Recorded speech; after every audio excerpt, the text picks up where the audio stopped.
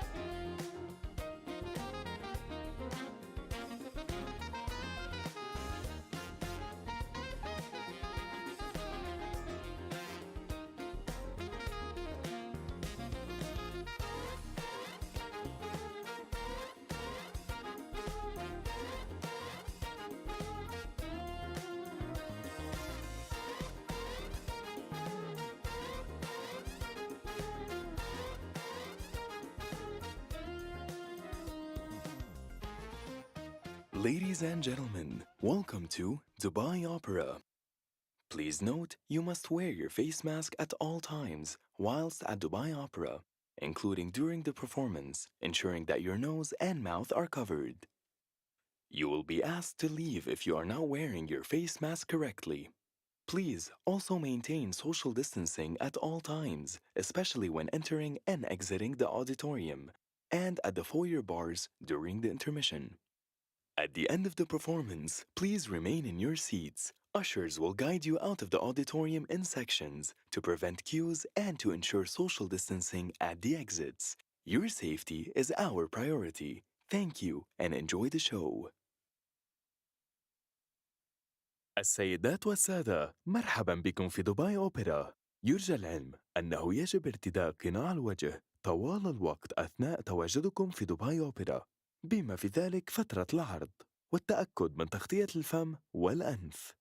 سوف يطلب منكم الخروج في حال عدم ارتداء القناع بالشكل الصحيح. يرجى ترك مساحة كافية طوال الوقت، وخاصة خلال الدخول والخروج من المسرح وأثناء الطلب من مقهى الأوبرا خلال الاستراحة. عند نهاية العرض يرجى البقاء في مقاعدكم. سوف يقوم المرشد بأخذ كل قسم على حدة إلى المخرج لتفادي الازدحام وللحرص على التباعد الاجتماعي. سلامتكم هي أولويتنا. نشكركم ونتمنى لكم الاستمتاع بالعرض.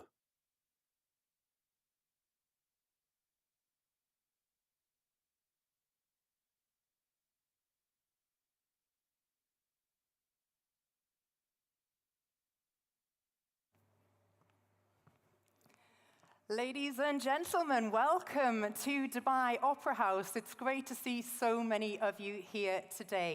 And I hope you're ready for what promises to be a fantastic night of conversation and thought-provoking debate. Now, we're going to get this show underway and crack on. And with that, I'm going to introduce our first guest to the stage. Now, he is an entrepreneur, a serial entrepreneur, a best-selling author and host of the Spencer Lodge podcast. The man himself, Spencer Lodge. Put your hands together. How are we doing, guys? Good evening. Spencer is going to be doing a lovely... Oh, What do you want to do? high five, yeah. Just keep me on your toes. Spencer is going to be hosting a fireside chat to get things underway with the man we can't wait to see, as well as Spencer, of course. The man who we want to give a big warm welcome to Dubai. He was the youngest ever dragon on the BBC series Dragon's Den. He also founded his social media company, marketing agency, Social Chain.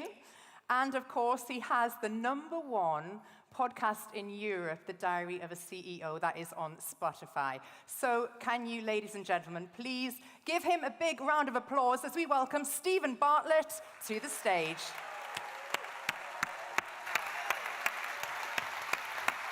Hello. Hi. Good to see you, Hello, mate. Spencer. Really good. Lovely to see you. Thank you. Over to you guys. I'm going to let Where you do the should I chat sit? and I'll Very see you much shortly. indeed. Hello, Thank everybody. Goodness Yeah. me. Take a seat, man. Oh, How you doing? yeah, good. Really good. Really good. What do you think of this? Do you know what? It's so beautiful.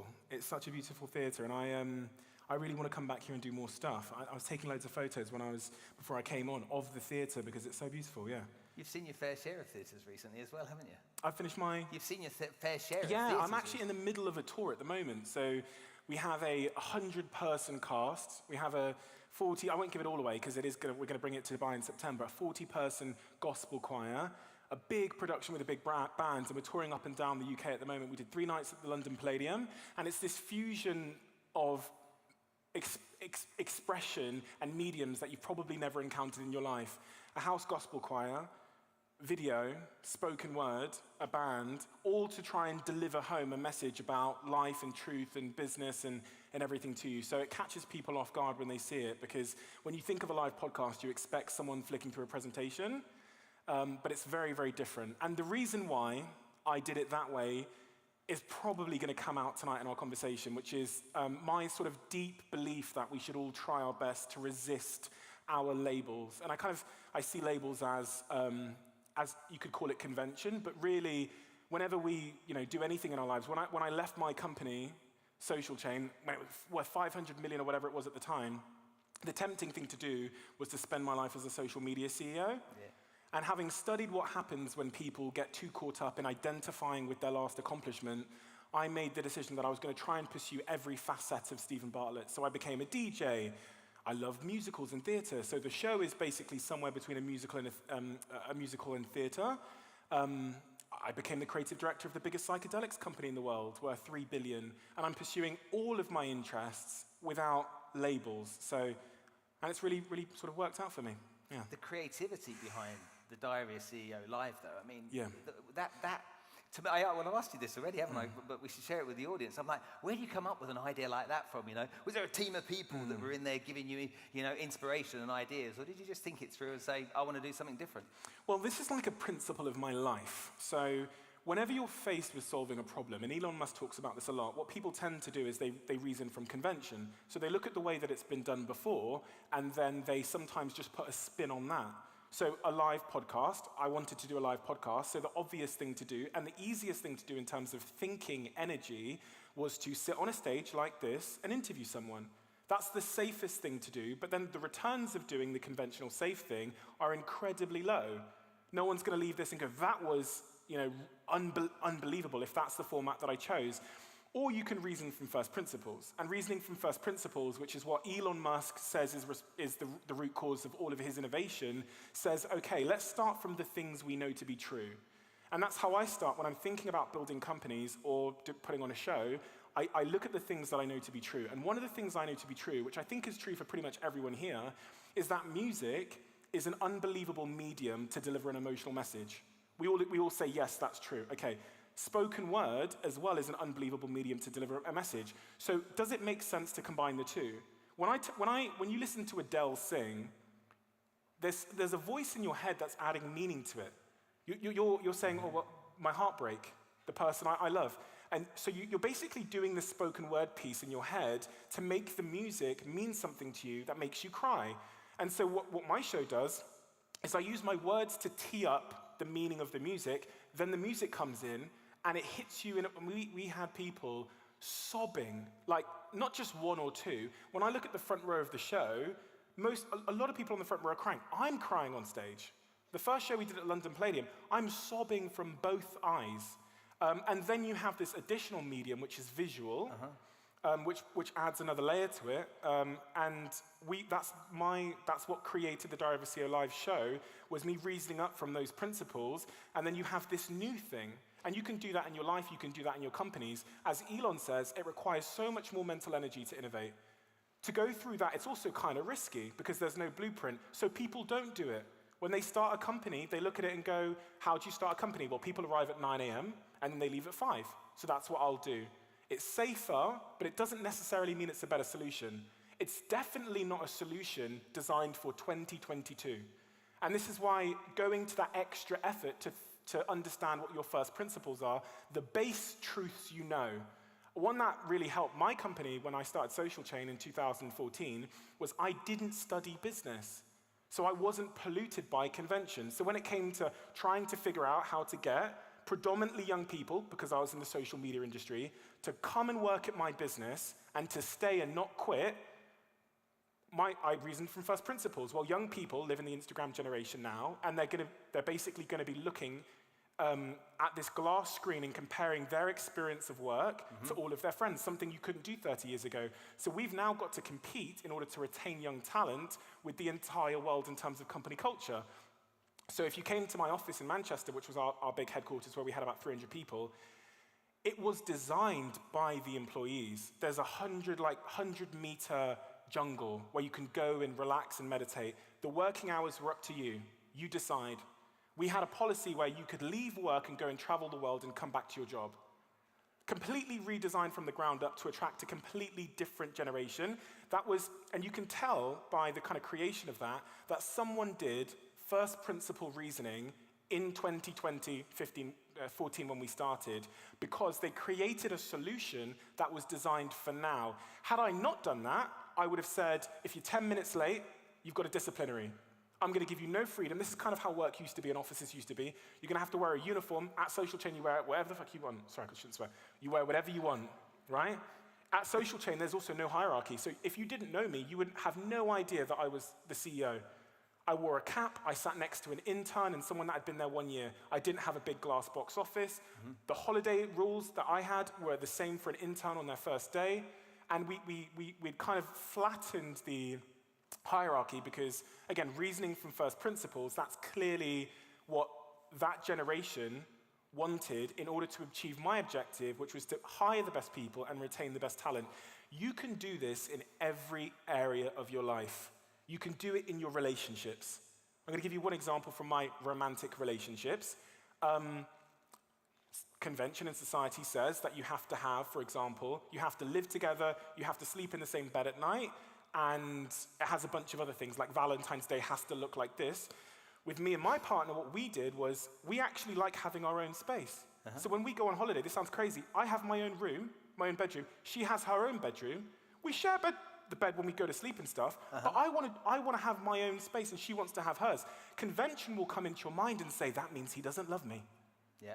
Or that means she doesn't love me. And convention will plague you and say, well, if it's not like it's supposed to look like on Instagram, then it's wrong. It's the brave amongst us, it's the winners amongst us, they put convention to one side, they reason up from what they actually want and what's actually true, and they create a brand new solution designed for now and the problem you're trying to solve and your life. Because the truth is, no one has ever lived your life. No one has ever solved the problem that it could be any problem in your life right now, relationships, business, whatever. No one has ever had the task of solving it today for you, ever.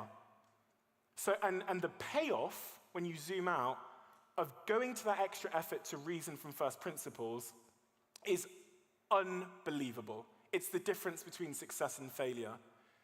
No, it's the difference between success and changing the world or changing the industry. Elon is the best example of it. He said when he started building electric cars, everybody said, well, batteries are too expensive. You can never make a fast, cheap car. And when he reasoned up from first principles, he goes, well, if I buy the raw materials on the metal exchange, I can actually create a battery for really, really cheap. No one else was doing that. No one else was trying to really start from the infrastructure upwards and build from scratch. It was much more difficult. It would have been much easier for him to buy the batteries on the market and then just try and make a fancy-looking, shiny car with a nice design. He went to all of that extra effort, and now it's the number one selling car in the United States, beating all of the car manufacturers. So saying this to people is one thing, because most people will walk out of here and still not do it. But if you can try and make that a principle of your life, whenever you encounter a situation which is ignoring convention, not for the sake of being a rebel, because sometimes it turns out convention's right. Sometimes it does. But making a commitment to yourself to try and ask yourself what you know to be true now and reasoning up a brand new solution to solve that problem, your life will change. And sometimes, as I said, I would reason up from the things that I knew to be true, and it turns out convention was right. There's some things like HR and finance which actually don't need much disruption, and the laws are pretty rigid there in terms of legalities, staff contracts, and stuff like that. You do need to play within the laws there. So, and that is definitely one of the defining principles of my life, is going, and I say it to my team all the time, whether it's the podcast or anything we do, we are a team that goes to the extra effort of reasoning up from what we know to be true now to see if there is a better way to do things. We don't just accept convention because it's safe, lower risk, and easier to do. Over the long run, it's changed my life. So, isn't that fantastic? Doesn't that make a whole lot of sense? Give them a round of applause. I think that's so important for us to understand. Let's go back, because you literally have become an overnight success, but obviously not, because there's a whole backstory that goes with how you got to where you got. Now, I grew up in Nigeria. So I probably spent more years there than you have. My dad was born there. My grandparents were missionaries there. And so I learned about what it was like to grow up as a kid in West Africa. Your mum's Nigerian. You were born in Botswana. Take me back to Plymouth. And the reason I say Plymouth is because a lot of people here might not know where Plymouth is. Okay, yes, my Janas are in the building. And Plymouth really is at the far end of the country, isn't it? Yeah, it's the middle of nowhere. So I was born in Botswana in Africa and moved to the UK when I was maybe 3 years old or something. And I think the most significant thing to understand about that move was I was pretty much the only black kid, other than my brothers and sisters, pretty much the only black kid in my school in Devon. If you know Devon and Cornwall, it's like farm country. I can hear people laughing, like farm countryside, right? There's not a whiter place on earth. And this is important context because we attribute, especially when we're young, but pretty much for our entire lives, we try and understand the value of something by looking at it in which the context it exists in. One way I'll explain this is when you go to a restaurant, if they put 3 steaks on the menu, people will assume, and they've done multiple studies on this, the expensive steak is really expensive and a bit too fancy. The least expensive steak is like cheap and probably a bad steak, and most people will just go for the middle one. Same with TVs in a TV shop. If you remove the top, they use the cheap and the expensive to determine the cost of all 3. So it's the context in which you see it. The same applies for like your mobile phones. I used to love my Nokia. I thought my Nokia phone was the best phone on earth, my Nokia 3310. In a world of iPhones, that is, you'll have shame if you still have that phone. The exact same phone, but the context it exists in has changed. So the perceived value of it is really bad, and that was the same for me. Didn't understand why I was the only black one, why my hair was curly, why my family were by far the poorest, why the front of my house had the window smashed on it for about 15 years, the back of our house was knocked down, completely knocked down, for probably about a decade, why our car that I got dropped to school in was this smashed to pieces van that like didn't work. And all of that creates, like being a Nokia in a world of iPhones, this deep feeling of shame and insecurity and why me and how do I fit in? Especially when you're younger, right? We all just want to fit in. So this is foundational to the reason that I'm sat here today. I think if I didn't feel that shame and that deep sense of insecurity, I wouldn't be sat here today. Because what happened next? The things that invalidate you when you're younger become the things as an adult you seek validation from. So at 18 years old, but even way before then, I write in my diary, which I've posted on my Facebook, etc., so everyone can see it. I write in my diary that my goals in life before I'm 25 are to have a Range Rover Sport, £1 million, a six-pack and a girlfriend. That was my goal in life. Those were pretty much all the things that had made me feel invalid. So I presumed they would validate me as an adult. So off I went, 18 years old, after getting kicked out of school and dropping out of university, to try and get the things I didn't have. I used to lie about the house I lived in. So pretty much for my entire, between 3 and 18, none of my friends knew where I lived. When they dropped me home, like after football or whatever, I would lie about the house that I lived in because I didn't want them to see it. And get dropped off down the street? I'd get dropped off down the street. Even when we got dropped off to school, because our car was this smashed to pieces van, I would pray that the traffic lights would turn red as far as possible from the school so that I didn't, because the closer you got to the school, the more students would see me getting out. I was praying that, and then it's always green and it drops me right by the front door. And I get out and, oh, look, the girl I fancy's there. Fuck. You know what I mean? So that was my childhood. It was this constant attempt of trying to fit in. And my podcast has taught me what happens next when people have that kind of upbringing, when they have those traumas, when they have an anomalous childhood, they often become anomalies when they grow up. So my podcast guests, the reason why they are obsessed is because they went through pain. The reason why they are successful is because of trauma, typically. It's typically the thing. It's why I always start by talking about childhood, because having studied childhood psychology a little bit since school, it's the most foundational, that first 10 years of your life. We basically end up living the stories we told ourselves about ourselves from that period as adults. And we are grown-up children living out those stories. So you did a documentary where you worked in a school for a period of time. Did that teach you much? Yeah, it taught me a bunch about the school system and why it's broken. So I got expelled from school twice. The first time they expelled me, because I was making the school a lot of money, I'd done a lot of deals, I'd done the vending machine deals, so the school actually made revenue from the vending machines for the first time ever, because they were going to buy them, and I thought we could get them for free and make revenue from them. So I did that deal. Then I started running pretty much all the school trips when I was 16 and went to sixth form for the same school. Then I started doing all of the parties. So I would think of reasons to throw parties. So it's Halloween, I'd throw a Halloween party. Start of summer, I'd throw the start of summer party. And when I say, like, I threw the end of summer party, which happened to be on the 26th of August, my birthday, really like a birthday party that people paid to come to. 2,000 people came in 9 days, so much so that the council had parents ringing, trying to check if it was, so I was making so much money, and I'd give the school some of the money. So when Mr. Thomas, head of Key Stage 5, realized that my attendance was 30% in school, he gave me the expulsion letter in the library, came over my shoulder, he's like, you're expelled.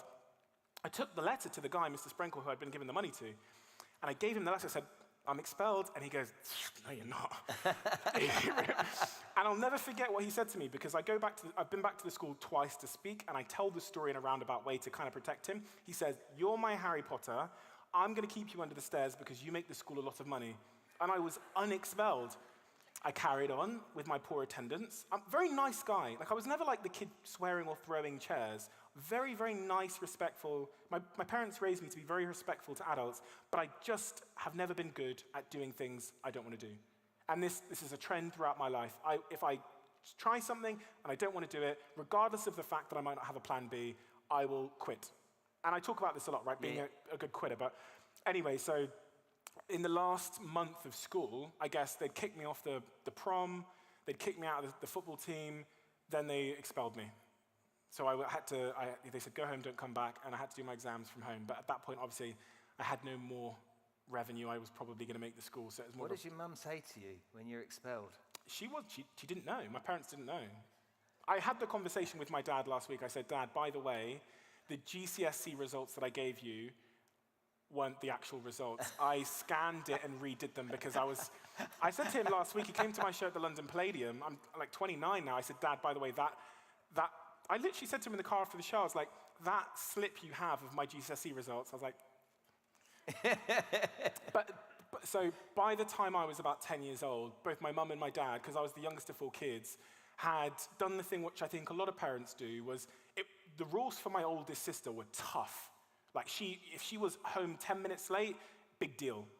By the time I was 10, I could leave the house for days. I swear, my mum's business got really busy. She was running a corner shop, basically, and she ended up sleeping in the corner shop because she was, like, racially abused and people would burn her car and stuff. So she, like, basically decided to sleep in the shop. My dad would finish his job and go there. So, like, this is also why I think I became an entrepreneur. I just had this huge amount of independence. So you look at it and go, a really insecure kid that wants the nice things. And then his parents are never around, so he has to learn this lesson that everything he's going to get in his life doesn't appear under a tree at Christmas, doesn't appear on the kitchen table when I wake up. It's a direct result of what I do. Independence and insecurity, I think you'll create an entrepreneur.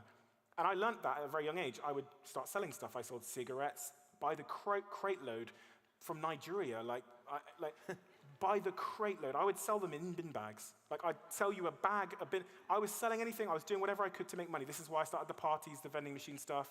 I was trying to find ways to make money. And good thing I didn't end up in prison, I guess, because, you could have gone down that path, couldn't you? My best friend said to me when I was 18, he said, and I remember where I was stood when he said it to me. It was that true. He said, you're either going to be a millionaire or in prison. And the reason for that is not because I'm like a criminal, it's because I was so hungry to make it. Yeah. And when you're hungry and you're crafty, you can kind of go, you can use that for good or bad. I'm too much of a coward to use it for bad. So I have nightmares about being locked in prison. I still do today. Like, I'm too much of a coward in that regard to use it for bad. So I chose business. So let's talk about business, and let's talk about the early part of you're entrepreneurial because you're selling bag loads of cigarettes to your mates and stuff and running parties. But let's talk about the first kind of step into social media and setting up a business there. Well, obviously everybody knows about Social Chain, but there was Wallpark before. Yeah, so my first kind of business idea when I called my mum and said, Mum, I'm dropping out of university. As a lot of you will know, my mum responds, she says, if you drop out of university, I will never speak to you again, and I'll ask the rest of the family not to speak to you again. And then it's funny, because about 4 months later, I went home. So I dropped out, and I went home on the megabus back to Plymouth to, like, surprise my mum and dad. And when I came through the door, my mum was really, really happy. I thought, oh, she's come to terms with it, she's gotten over it, all good. It transpires, as I found out later that night, that my dad, for an easy life, had told her I had gone back to university. Because I just think he didn't want the headache, and I don't really blame him. But when my mum found out later that night that I hadn't gone back to university, she runs up to my door, she kicks my door. I wish I had an abortion. And I went back to Really? Manchester. Yeah, she said she didn't take it well, and I went back to Manchester on the megabus that day, and I made the decision that I was going to do it anyway, and I carried on, and worked out in the end. It's important to give context here, right? Because that kind of villainizes my mother. But when you understand and this is why like empathy and communication are just so foundational to business and relationships and family. You tend to find out that everybody fundamentally wants the same thing. And their own biases and experiences influence what they think the path to that same thing is. So my mother, you've got to look at her upbringing. She left school when she was 7. She can't read and she can't write still today. My mum can't read a book. She can't write. She can't turn on a computer. So when her son says he's going to leave his education, for her that means he's in danger and he's going to miss out on the thing that I was never able to get. So because she loved me, she stood in my way in her own way, but that's why she did it. And I always knew that, so I didn't take it personally. And then obviously as things got better and things worked out for me, you know, she was very sorry, but she didn't need to be sorry, because at the end of the day, she did it because she loved me, and you know, I understood that. So it's built into the Nigerian culture that education is absolutely critical, isn't it? You know, that's your way out of Dodge almost, isn't it? 100%, 100%. And we don't really understand that in the Western world as much, but I mean, if you've got parents from that kind of background, whether it's India or whatever, yeah, they know that the way out of hardship, of a lifestyle of just survival, is education. That's liberation from that life. So my mum wanted that for all of her children, and the first 3 children, my older brothers and sisters, they all took that path, and I didn't. So, and they were very good at it. That's the other thing. My brothers were geniuses at school. Oh man, so they made you look even worse. That's why I forged the GCSE certificate, because I couldn't come home having my older brothers had got an A star. They were on the newspapers. They'd rewritten some of the textbooks to make them harder, because like maths and then further maths weren't difficult enough for them. And then you look at my grades and you go, oh, what a waste. You know what I mean? So I just couldn't bear to. My parents weren't really paying attention, as I said, so it was just kind of like handing it to my dad, and then that was the end of it. And he kind of looks at it and goes, yeah, you know. Okay, so let's talk about Wool Park. What was Wool Park all about? How did it start? Why did it start? And what happened for it then to become something else? So I'm in my university dorm room in Manchester, and I just dropped out, but I stayed there for a year, right? Because I had nowhere else to live. So, and I realized that there's 100,000 students around me in Manchester, basically on this one long road. So Oxford Road, you have 2 universities on it with 70,000 students. And then at the end of the road, if you go far enough down, you have Salford University with another 30,000. And I thought it was really bizarre that we, A, didn't have any way to communicate as 100,000 students, and B, we still used physical notice boards in the universities. Still today, physical notice boards. So you walk into the student union or the university, there is a physical notice board with loads of pieces of paper on it. Very simple. I thought, I will bring that online. I'll create a notice board for each city for the students called Wool Park. A wall you park things on, maybe. You can think of different reasons for the name. And that was my idea. So if you're at the University of Manchester, you can go on and say, I'm looking for someone to play in the football team tonight, in goal. We need a goalkeeper. At all, which means all of the students in Manchester, not just one university. Yep. And then put it into a category sports and press post. Or if it's something more specific and it just applies for students at your university, we have a job at Manchester Metropolitan Student Union at students at MMU, and then put it into a category jobs and post. That was the idea. And what happened? Failed. Thank you. Good night. No, good night. That was the end of my story. How badly did it fail? I don't mean financially, but how was it emotionally for you? Well, so it's interesting because I say it failed, but it actually is what made Social Chain. Because I was trying to figure out, as everyone in this room will if you start a business, how to market the website. Mm-hmm. And so I tried flyers. That didn't work. I would wake up at 6 a.m. and go and hand out flyers. Literally on the flyers, it would say, you can win £100 if you sign up to my website. No one signed up. Posters. Went around Manchester at 6 a.m. in the morning, put the posters up. What I didn't realize is the council come at 7. They take them all down. That didn't work. And then the really interesting thing, and this goes back to what I said about innovation and marketing and first principles, is when you run out of money, marketing teams start to innovate because they have no choice. It's when marketing teams have loads of money that they just do the conventional thing. Radio ads, TV ads, there. Ask your marketing team, say, what would we do if we had no money? And that's what happened to me. I'd raised £5,000 investment for Wool Park. Well, I raised more, but I had a £5,000 marketing budget, and we basically ran out of money. So we had to start thinking for ourselves. We had to start thinking of new things.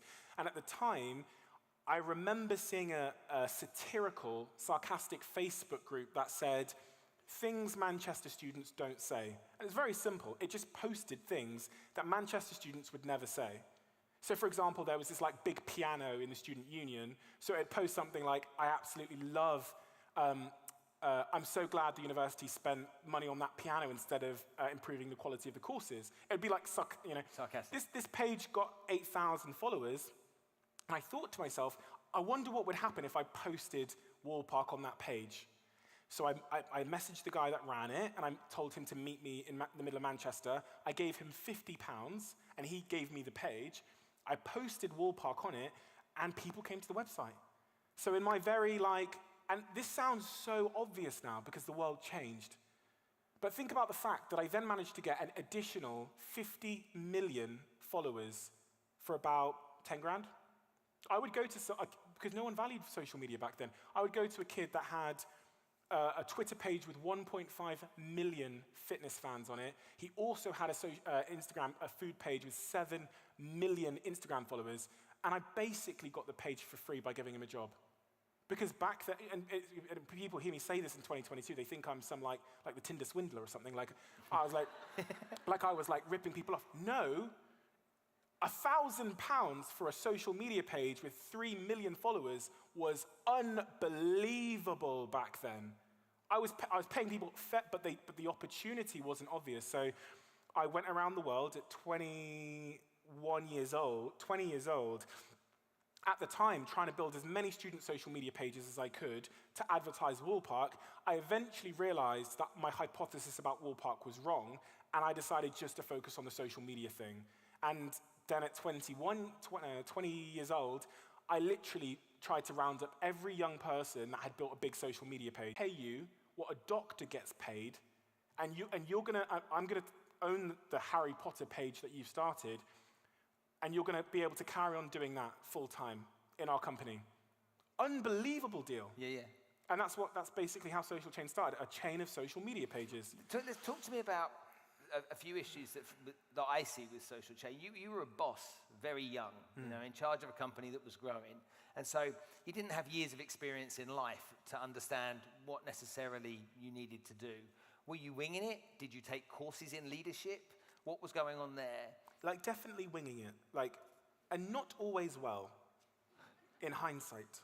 In the moment you don't realize, but in hindsight you go, that was a critical mistake I made. I was winging it, and that's for good and for bad. As I said earlier, when you wing something, you naturally avoid conventional thinking, which means you tend to create innovative solutions to solving problems. But at the same time, as I said earlier, there are some things where convention's right, and you miss those things. So you end up paying the price for those things. So really, the balance is naivety and experience. The balance of having those two together in your business, for me, is the winning formula. And I say this now, I say, if you want to own the future, if you want to build a business for the future, what you need is like a 16-year-old that understands TikTok next to a 45-year-old that's been working in client services for 20 years. Then you can create an unbelievable social media business. Because you're going to have the insight of the 16-year-old who understands the present, but you're also going to have the experience of the 45-year-old who understands the past and convention. And together, if you understand today and yesterday, you'll win on tomorrow. So yeah. Were you, or did you feel you had imposter syndrome during that period of time? Was there any part of you that was kind of, I know you say naivety existed, but did you feel to yourself sometimes, am I in the right place here? It's an interesting thing. I don't think so. Not in the way that I hear people describe imposter syndrome. And I really think nerves or imposter syndrome, I think everybody probably feels the same physiological thing. So before you come on stage, you might have that feeling in your gut. And then your perception, the story you tell yourself about that feeling becomes your reality. So before I come on stage, I might feel a little bit of thing in my chest here, but my body and my perception tells me that's my fight or flight response. My body's giving me the energy I need to put on a good performance, right? Yeah. Someone else might interpret that same feeling as that means I'm going to fail. I'm not capable. I don't have the experience. And the science is very clear on it. How you interpret that feeling heavily sways your outcome and your performance. So even with like social chain, I think my perception has always been in my entire life, I'm meant to be in situations that are outside my zone of comfort and competency. I'm meant to be there. Okay, but let's add another piece to this equation. You're in that position running that business. You got your business partner, Dom. Yeah. And he went through some challenges. Yeah. And so did you become a paternal partner as a friendship with him when he was going through his challenges? And did having to deal with that, because that was quite a serious situation that he went through, did having to deal with that make you kind of like step up again? Yes. So context on that is, the first person I hired at Woolpark was Dominic McGregor. So when I started Social Chain, I basically started it with him and another guy. And Dom really struggled with the growth of the business and all of that stuff, the stress, the pressure, the fact that there was probably 15 months in those 7 years where on payday, we didn't know how we were going to pay our employees. And at times we had 200, 300, 400 employees. And it's payday today, and you know you can't pay them. We never missed payday, but going through that for 15 months, when you literally are sat in an office and everyone is so happy because it's Friday, and you're sat there knowing that you're going to need a miracle, literally sometimes a miracle, in order to pay them. They've all planned their weekends. They've got holidays they're going on. They're going to this place and that place, and they want to go out, and you know that the money's not in the bank to pay. It's stressful. And then there's loads of other things that happen in business, which I talk about, being hacked and all this just unpredictable chaos. Dom found it very hard, and he became basically like I don't know whether you call it a functional alcoholic or an alcoholic, but he became pretty much an alcoholic. And I didn't understand that because we have a better understanding of mental health now. But when I went downstairs at 3 a.m. in the morning in our house, and my business partner's in the laundry room drinking a bottle of whiskey at 3 a.m. in the morning with the lights off, you just think, oh, he's a bit of a pisshead. I took him back to his bed, and I remember that day, I write about it in my book, going up the stairs at 5 a.m., hearing a sound rushing into the room because there's this red liquid everywhere, pulling the duvet off him, and it's 5 a.m. and he's drinking a bottle of red wine under the sheet. And then there was a couple of instances where he drank too much in front of the team. So I was always the sober, composed one who would try and repair it. I talk about it again in my book, the day where I get a phone call. I'm with one of my friends who's actually here today, my friend Logan, and we're at this restaurant. I get a phone call saying that Dom's got drunk and there's an incident unfolding across town. And I was so out. I called Dom, I'm screaming at him down the phone, blah, blah, blah, blah, blah. He responds that he wants to quit, and it broke my heart because I wanted to quit too, but I would never have told him that. And I say to him, let's meet in the office tomorrow, we're going to have to solve this. We get to the office the next day, and for the first time in my life, I saw something I'd never seen. This was just, he sat there and he cried, and he told me about how he was feeling, his pain, everything he was going through, all the stress, and we had to get to that breaking point to finally be honest with ourselves about how we were feeling. And from that day onwards, he went to therapy, and he's now 6 years sober. Completely different guy, completely different human being. And from that point on, he was also able to help me carry the weights with me. Mm-hmm. And everything changed from that point on. It taught me an important lesson about business and business partners, which is, like, you have to communicate. Kind of goes back to what I said about my mum as well. You have to communicate with each other, especially when things are hard, because what you don't say will end up controlling you. And it will manifest in other ways. And I say this quite often, like, you can't drug your pain away, you can't drink it away, you have to admit it, and you have to put it out there, and then you can take control of it, or it will take control of you. And the ways that it takes control of you, or the ways you try and medicate your pain, whether it's alcohol or drinking or whatever else, or there's various other types of self-medication that people do, even things like masturbation, these things will end up becoming your new pain. You have to confront your pain. And when you're building a business, you're going to go through unbelievable amounts of pain. And the thing that I can do for entrepreneurs that I think has the greatest impact is describe the excruciatingly painful moments. And I do that because, not to try and make myself a tough guy, but because I know you're going to go through it as well, no matter how smart you are. And I want you to know that on that day, when everything goes wrong and it feels like it's over, That's not a testament of your inadequacy or your lack of experience. That is just entrepreneurship. You have excruciatingly difficult moments that feel unsurmountable, that feel like they are fatal, and I had them over and over and over and over and over and over and over and over and over again. And they were never fatal, even though it felt like it in the moment. And we were able to overcome all of them. And they feel so fatal before. On the day, it feels like everything's finished. But it's never the case. It's never the case. If you have the right philosophy to dealing with chaos.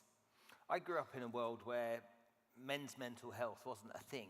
You know, it was kind of like, I'm 51 years old, so it was just, You're crazy. Get on with it, you know, just tough up, you know. What do you mean you're upset? What do you mean you're feeling down in the dumps, you know? Go and sort yourself, have a drink. Exactly. Go and sort yourself out. And the world's changed and evolved, and there's some great people out there that have made it more accessible to men. You know, Jay Shetty's probably a good example of that.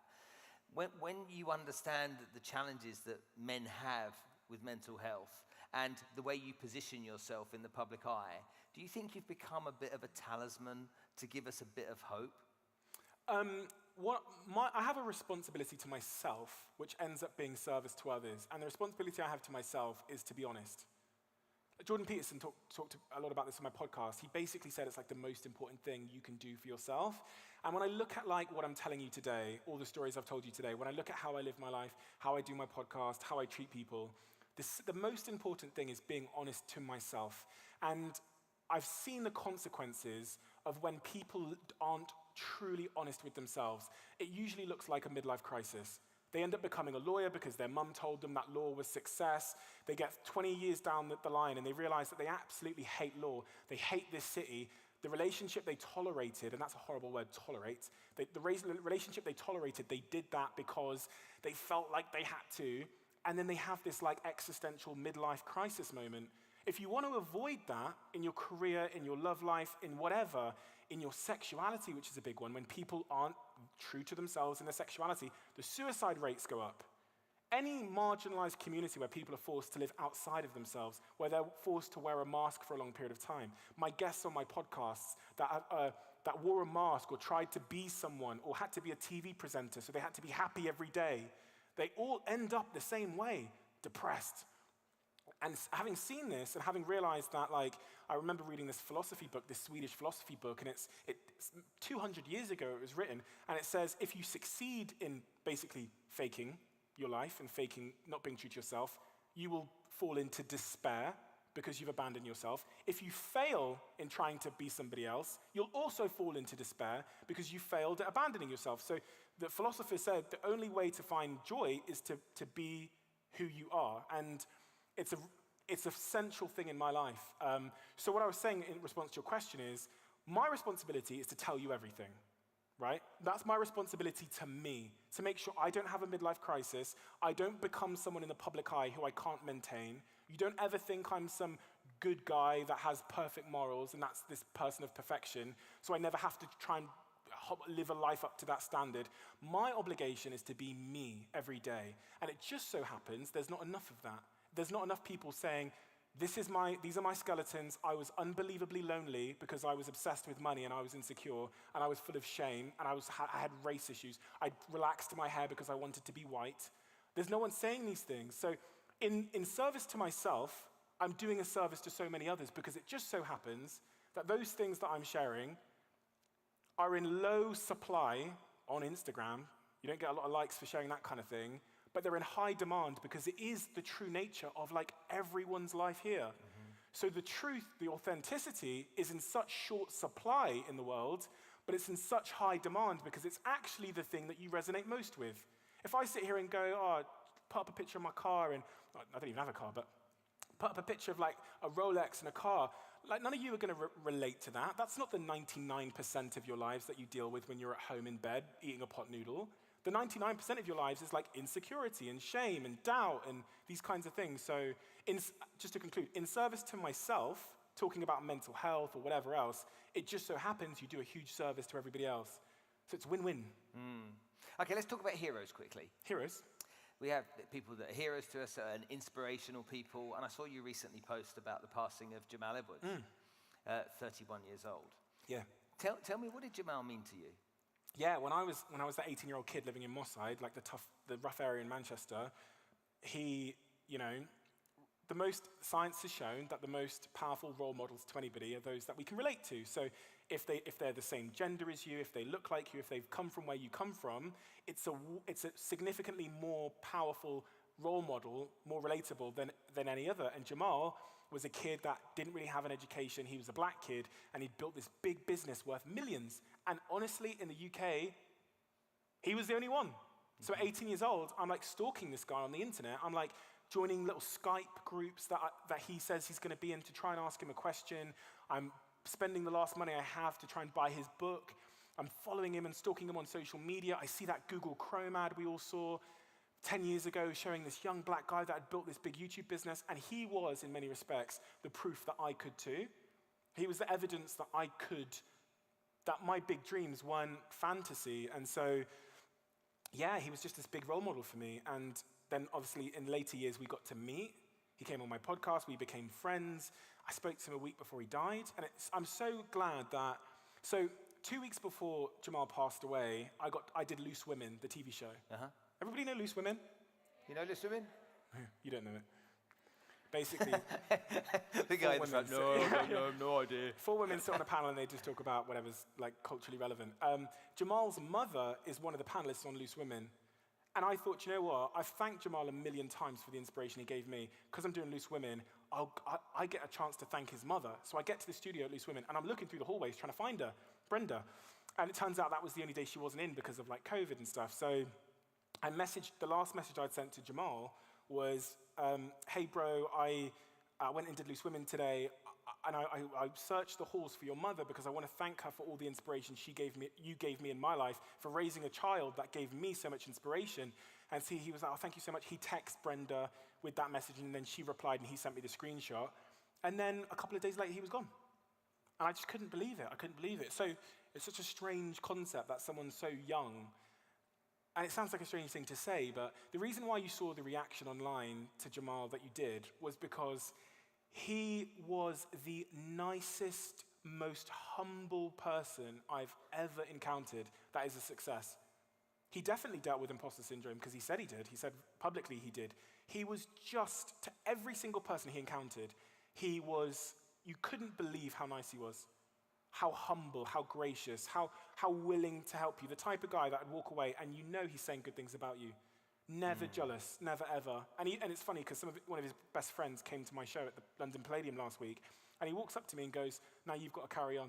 He goes, because the last conversation I had with Jamal was about you, and Jamal was saying amazing things about you, so you've got to carry on now. And then another friend, Luke Massey, who runs a company called Vibe, tweeted me the same thing, says I spoke to Jamal recently about you, and he was talking about you, saying great things about you, you've got to carry on.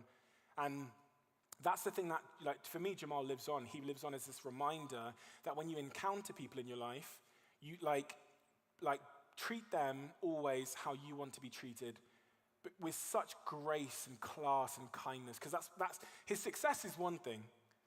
The thing that I'm so fascinated about is his character, and I don't think I've seen many people that could live up to his standard of character. Just a class act, yeah. Just this unbelievable, suspiciously classy act. Like, you know, when you think, how can one person be that classy? He was that guy. And that's why you're seeing the reaction you're seeing on social media, why he trended #1 and all these celebrities and everyone has a story about him, because he was that to everyone. Remarkable achievement. Okay, let's ask a few questions about where we are right now, Dubai. You've been here a few times. Yeah. A lot of people come and live in Dubai, and I'm sure you'll all agree with me here that there's an opportunity to build a better future for yourself, have an opportunity to maybe start a business or grow within a business, and it's all very exciting. We've got lots of shiny, tall buildings here, and this place is fast moving. What do you make of it? Literally from an entrepreneur's mindset, not just, it's great and it's sunny and there's beaches, but what do you feel of the place? I think it's a place of tremendous potential. In fact, I was talking to someone from the Dubai Tourism Board earlier in my green room before I came out here, and I just wanted to land one message to her. I just wanted to say one thing, because someone had told me Dubai has a goal to create 20 unicorns, billion-dollar companies, before 2030, I think it is. And I was just saying to her, honestly, if that's your objective, if you want to create unicorns, then you need to brand Dubai as a home, a friendly home for Web3 developers and entrepreneurs. Blockchain, crypto, whatever. Yes. This guy But has a lot of that's Bitcoin. it's an interesting point of view. Vitalik Satoshi Nakamoto's in the house. Yeah, but it is, because those are the companies that are becoming the unicorns the fastest right now. And I run a company in Web3 called Third Web, and the valuation went from 50 million we raised at in December to we're raising at a 400 million valuation. By the end of this year, the company will probably be a unicorn, and it's backed by Gary Vaynerchuk, Mark Cuban, the biggest entrepreneurs in the world. You're not seeing that level of growth anywhere else. And then I look at the stats around hiring. Web3 is outpacing the technology industry by 4 times in terms of LinkedIn job postings for developers. There's this exodus of talent. And typically, you want to follow where the builders are going, and the builders are moving from Amazon to go and work at like these Web3 companies. So Dubai has this huge opportunity if it can attract talent, investors, and it can create a business environment that's friendly for Web3. It has a huge opportunity. So if I was running Dubai, you know, they said there's a... Do you want to? Busy. I've got podcasts and stuff to do. They said there's this entrepreneur visa. I said to her backstage, I said, change the name of it. The same visa, just call it a Web3 visa. And it will, honestly, the minute that's announced, it will go through every Telegram, Discord, WhatsApp group, and the perception of Dubai will shift positively, and builders and investors will start coming here for that reason. I think it's the number one thing that Dubai could do. If they want investment and the economy to grow here, I think that's it. Why does Elon Musk push back against Web 3.0 as much as he does in the metaverse, compared to all of you guys that are coming at it from another, obviously you, Gary, and everybody else? What's going on there? Because everybody respects what Elon Musk has got to say too. Yeah, so what Elon is saying, and like Jack Dorsey, they're not saying that it's a scam or that it's not an interesting industry. What they're saying is that the kind of the base principle of Web3 is that it's decentralized, that it's putting the power back in people's hands, right? That you no longer need these conglomerates in the middle like a Facebook or a Google. With decentralization, we can go like peer-to-peer. What they're saying is that fundamentally, it's still kind of the same thing in terms of the ownership. Silicon Valley are investing hundreds of millions and billions in Web3 companies. So when you look at the owners of a lot of these companies, it's still Web2-esque. You know, like the big VCs that own Facebook are the big VCs investing in Web3. They're not saying it's the Web3 itself, the idea of decentralization and all the technology like NFTs are a waste of time, because Twitter, you know, Jack Dorsey is one of the people that had the conversation with Elon. Twitter have just allowed you to change your display pictures to NFTs. I'm sure a lot of what happens on Twitter, whether it's ticketing or whatever, will become an NFT. And then on the Elon side, they've got 1.5 billion of Bitcoin on their balance sheet. And the only reason Elon stopped accepting Bitcoin was because it does appear to be a contradiction because of the ESG issues around the environment. But they will 100%, I'd bet my life on the fact that Elon's companies will be paid in cryptocurrencies, and a lot of the technology you see within the car will be decentralized, 100%. It goes back to when I started in social media. When I started in social media in 2014, it was effectively a wave coming into shore, right? And it was inevitable because I told you, the flyers weren't working, the posters weren't working, but this Facebook page was driving thousands of people for zero cost to my website. The numbers were bigger, it was better, but whenever you have those moments, you get huge resistance. So I was laughed out the door by MTV when I talked to them about starting a Facebook page, because the prospect of a brand being on a Facebook page in 2013 was like absurd, it's dangerous, right? So one of the key indicators for me in my life now that something is inevitable is when I look and I think, without the noise, I go, it's solving a problem in a better way. And then the second thing is, there's huge resistance. For me, that's an indicator that we're early, and Web3, blockchain, whatever you want to call it, is a wave coming into shore. The genie is out the bottle. I no longer want to entertain the conversation about whether it's going to happen or not, because it's a waste of time. The thing I thought about as an entrepreneur was the Web 2 wave came into shore, and Steve Bartlett was there on his surfboard. He picked the right surfboard, he surfed, came into shore. Yeah. Web 3, it's coming into shore. So this is why I co-founded the business Third Web, because it's inevitable. And I want to be on the right surfboard with the right team. And as I said, my startup was valued at 50 million in December when it launched. It's going to be valued at probably 400 million in the next week. and it's solving a problem in a better way. These are telephone numbers, aren't they? Isn't this fantastic? It's mad, isn't it? What achievement he's created. How great It's is mad. that? Uh-oh. Give him a round of applause. Spencer! Hello, I'm so sorry to minute. break it up, but we're running out of time. I'm really But I sorry. think if you want to thank Stephen for that fantastic Did we run out of conversation. time? You've run out of time, I'm afraid. bad But is we that? will be back after the interval for more debate and discussion with Steve and a fantastic panel. During the interval, I think we can get a QR code on the screen because we would love for you to get involved in the chat. So if you have any questions for Stephen and the rest of the panel, please, in the interval, email them in, and we will hope to get as many as we can and the most interesting to that discussion. So we're going to break for a short while, but please don't go anywhere. We've got lots more right for back. you. That's great. Sorry. There will now be an intermission. Please ensure you keep a safe distance when exiting the auditorium and at the foyer bars. Please continue to wear your face mask at all times. You will be asked to leave if you are not wearing your face mask correctly. Please always wear your face mask when moving around the foyers and keep your mask on in any photographs you take. To ensure social distancing in the foyers, you can bring your drinks inside the